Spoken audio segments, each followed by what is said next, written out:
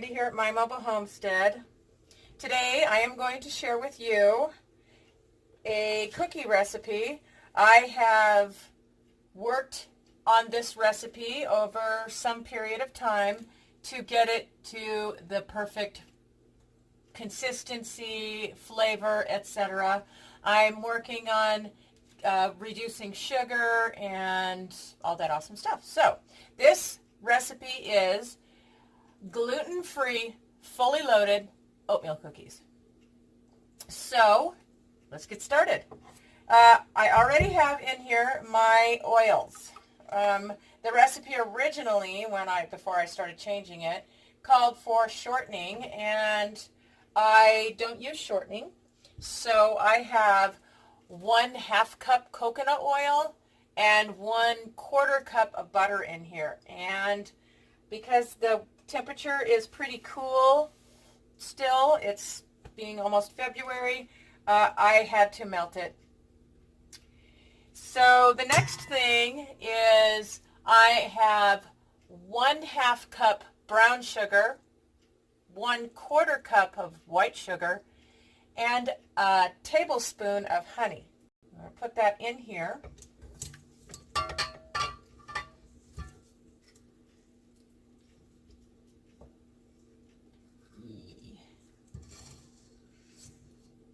I've been finding that through trial and error, the honey kind of helps with giving it a nice, soft, chewy texture. It's just, I don't know what it is. I tried doing it without the honey, and it seemed to be the catalyst in the right flavor and consistency.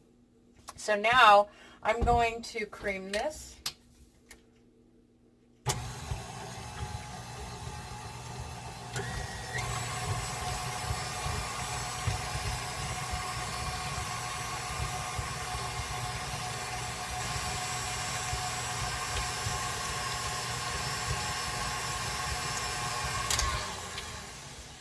To this, I'm going to add 2 eggs.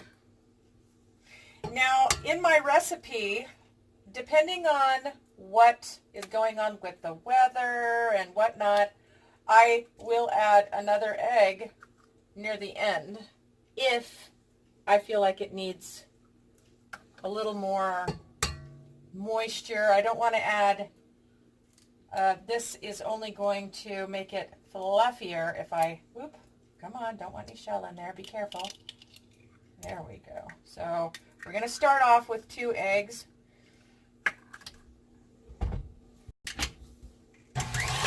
Whoa, whoa, Nelly.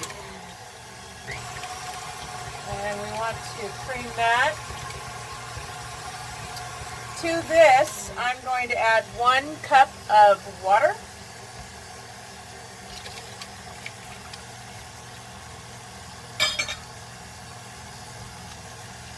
1 teaspoon of vanilla.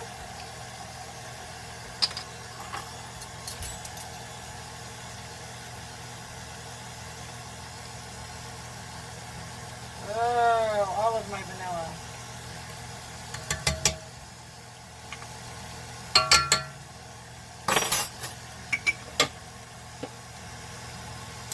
And then I'm going to add my sifted gluten-free mixture. I have a basic flour in here.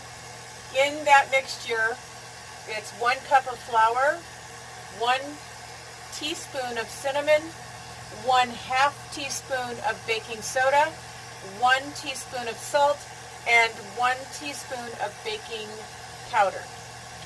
So I'm going to toss that in here. Well, I don't know if I'm going to toss it. One of the things I really like about this recipe, I've gone through quite a few oatmeal cookie recipes, and a lot of them have like 50% flour, 50% oats. This one has mostly oats, and that's something I really like about it. I want to reduce my flour intake as much as possible. I'm going to scrape this.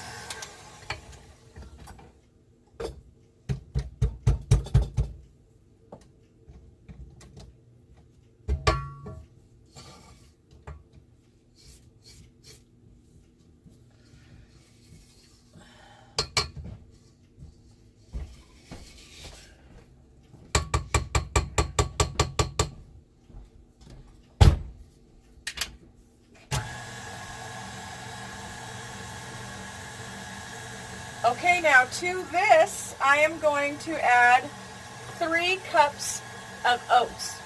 Now, these are quick oats, and I'm just going to add them straight into here.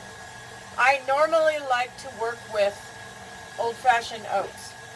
So with the old-fashioned oats, I like to add some water to them and let it sit for about 30 minutes. Drain that water off, squeeze most of the water out, and then put the wet oats in here.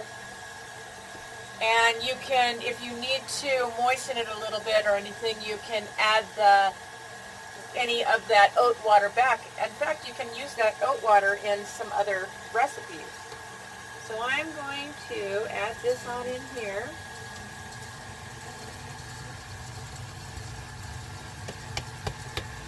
There we go. To this is fully loaded, guys.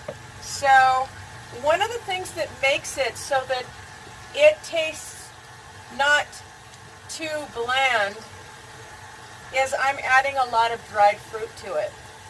It's healthier and it's lower sugar. So what I have in here is I have a half a cup of dried cherries. I have a half a cup of dried blueberries. I have a little under half a cup of raisins. I'm not a big raisin fan. I have a half a cup of dried apples. And I have a half a cup of dark chocolate chips. I use the Enjoy ones. They don't have any dairy or stuff. So I'm going to add it in here.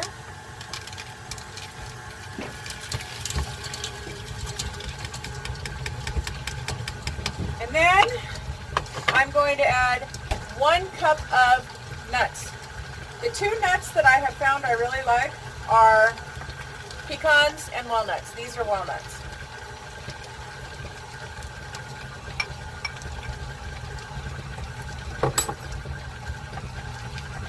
Sounds like they're plenty moist and I'm not going to have to add that other egg. Now another thing I like to do is after it's completely mixed, see, that's a good consistency right there. Not too dry, but see all the oats in there? That's just very, very nice. And then tons of fruit. And it's just a healthy cookie. I dehydrated my own apples before adding them. I considered adding just chopped apples, but the moisture in the apples would make these way too sloppy, and I didn't want that. So I'm just going to make sure that we have it all combined from the bottom. There we go. Beautiful. Looks very nice. Okay, guys, these are the cookies before they're going into the oven. I just wanted to let you know that I do a smaller cookie. How many cookies you get when you're done will depend on what size cookie you have. So I can go ahead and say, oh, this makes 3 dozen, but I use this size spoon because I want a smaller cookie.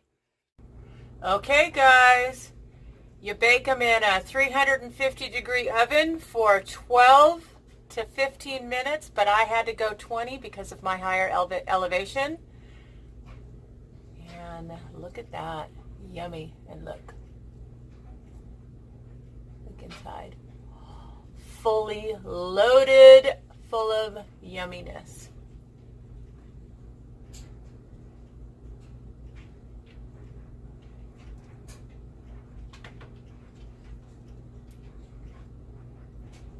Win. Oh my gosh, so good. This is actually my 3rd one. I have to stop. All right, guys. I hope this was helpful. I hope that you enjoyed it. I hope that you make these cookies, and if you do, please comment in leave me a comment below. And let me know how they turned out. I'm sorry, I'm cookie distracted now. Like, share, and subscribe. Comment below. Love you guys. God bless. Peace.